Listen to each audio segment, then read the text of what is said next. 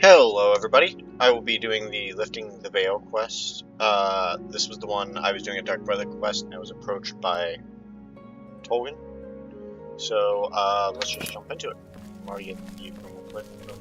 Well met. I've heard much about your deeds from my people in Bruma. I trust the stipend Tolkien gave you whetted your appetite. Yes, that's why I'm here. Good point. Allow me to formally introduce myself. I'm Countess Nerina Cavain. I assume you've noticed all the Akavari relics I'm displaying. Well, it's safe to say I'm a collector of sorts. I've invested a great deal of time and money acquiring these bits of ancient history. In fact, I'd be so bold as to proclaim my collection the most complete in all Cyrodiil, perhaps even beyond. Except for one thing. A particular relic has eluded me for many years. Possessing this piece of Akavari antiquity would make my collection complete. I'm of course referring to the Draconian Madstone. All right. Make it like me. Goodness. Oh, please. You can't scare me. Goodness. What? You can't scare me. Please, I'm embarrassed. You're wasting your breath. I'm doing something wrong. Ugh, what a one. Oh, please. Wait, am I? No, I'm not. No, you do me too much honor.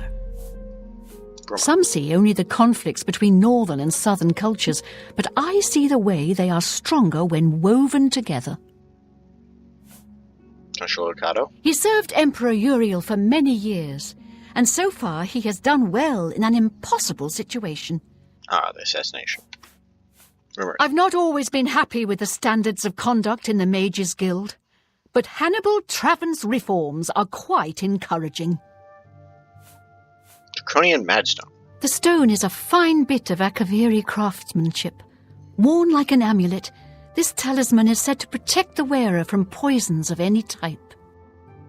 The Madstone appears as a snake coiled around and encircling itself. The eyes of the snake are supposed to be precious gems or some such. Through my sources, I've learned that the last reported location of the Madstone was the ruins at Pale Pass. Are you familiar with the history of Pale Pass? No. Back at the end of the First Era, raiders from the continent of Akavir attempted to gain a foothold here in Tamriel. At that time, the Empire was broken into smaller factions. Raymond Cyrodiil decided to unify them and form an army to repel the Akavari raiders. The force became known as the Army of Raymond. The two armies clashed in what's now northern Cyrodiil. The Akavari were strong and well supplied. But their greatest error was marching through Morrowind on the way to their objective and dismissing the response it would garner from Vivek. They didn't count on Lord Vivek forming an alliance with the Trident Kings of the Dreg. From Morrowind he struck at their rear flank. Not only did this make the Akavari fight on two fronts, it also cut off access to reinforcements and supplies from the sea.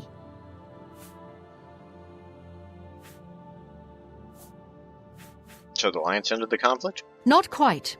The army of Raymond knew that the organized Akavari forces were commanded from a hidden post in the mountains.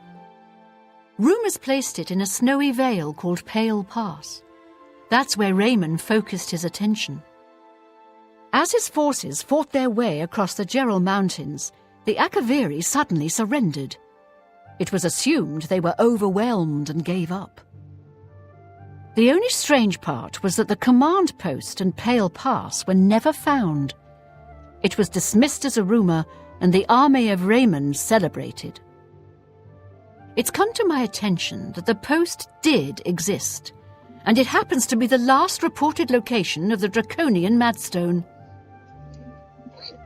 Draconian Madstone again? If you retrieve the Draconian Madstone for me, I'll be happy to compensate you by rewarding you with another Akavari artifact.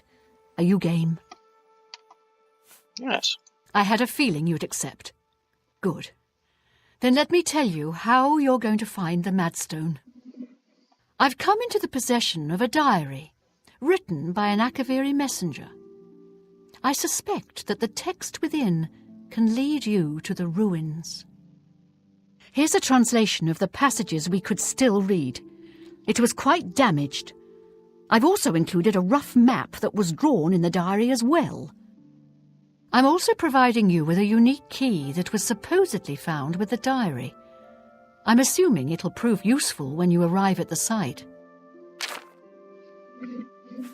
Diary? I paid several scouts to try and find the ruins at Pale Pass before I hired you. They were only able to locate the first of a series of landmarks. These landmarks are mentioned within the diary. The one referred to as Dragonclaw Rock has been located. I'll mark it on your map. The rest is up to you. My scouts reported bitter cold and dangerous creatures in the area, so they couldn't proceed. Be cautious and return home soon. Good luck. Diary? The messenger's diary will make a nice companion to the Madstone in my collection.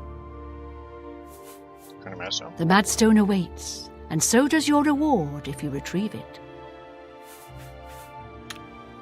May the path ahead be free of danger. Did you hear that the Knights of the Nine are gathered? Alright. So I've got to go up here to the Dragonclaw Rock. I will do that in the next video, but first I'm going to read the things they gave me. No. There's the Pale Path map. Okay. So go to Dragonclaw Rock, hit the statue, and then head into the mountains. So, yep. That's drawn right there. Nope. Day 3. It is with a heavy heart and a trembling hand that I pen this latest entry. It has been several days since I have seen anyone else on the road from our garrison at Grey Ridge. The road is lonely and treacherous. I am rotating my supplies to prepare for a tough path ahead. As long as Raymond Seldale's army hasn't located the headquarters at Pale Pass, the journey should be fairly uneventful. I admit I am nervous. It is an honor to be selected to carry these orders to the fort. By sending me alone, it is a calculated risk. While it is not my own life I am worried about, it is the importance of the contents of the orders that aggrieves me. If they're somehow lost, the fort will know that their supplies are going to be delayed by a month. With that knowledge, the fort may choose to press the attacks on the front line as their supplies dwindle. They're counting on their supplies to be there sooner. I must not fail getting this message there. The slate rock that the orders have been carved upon for safety weighs me down. It's a constant reminder of the more than physical burden that I carry. Day 7 has been 2 days, and I have finally arrived at Dragonclaw Rock. The huge formation is a welcome, invigorating sight. The giant sun appears to reach down from the north and strikes at the heart of Raymond's forces like our armies have been doing for the better part of a year now. I have still encountered no one else on the trail. I hope that as I head due west along the narrow path, I will find someone who can give me some news as to how our men are faring in the war. Day 8. After winding my way westward, I have come within sight of the Sentinel. A huge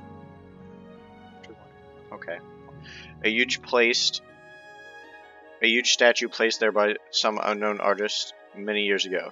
It stands watch, pointing us as if daring anyone to come across the borders into the Imperial Nation. Emus will be quite angry if he knew we used this very statue as a waypoint into his domain. Last night I encountered another one of our messengers who had been beset by a pack of mountain wolves. His leg was hurt badly, and I managed to help heal it with a ampule of medicine I carried with me. He said his name was Silaj, and he was on his way from Pale Pass to request more supplies. I discussed with him the irony of our meeting, and he said to travel with me back to the fort since his mission would be needless. We plan to leave at nightfall. Day 9. I am using much of my remaining strength writing this. As we had made our way north from the Sentinel, we were attacked by perhaps the same pack of wolves that had attacked Sajay. He had chased them off earlier after being bitten, but now they had tasted blood. They had returned in greater number, fighting back to back. Sajay and I slew at least 8 of the beasts, but not before one of them clawed my gut and left a terrible wound. We were able to drive them off, but now I am bleeding badly, and the own medicine I gave to Silage. We have decided to continue north until we reach the portal to the Sentinel's trial and seek cover inside. I will try to write more soon, but I must sleep. I am so very tired. Day 11. This is the last entry I shall be able to write. We entered the Serpent's trial nearly a day ago, seeking shelter from the elements and the wolves. What we did not foresee was the creatures that had decided to make the Serpent's trial their home. I did not see them clearly, but they were huge and strong. Silage died instantly as one of them cleaved off his head with a single stroke. There were three of these huge, ugly man-like things. I ran as fast as I dared through the dark tunnels trying to escape, but as I fled, one of them hurled a boulder at me and struck me square in the back.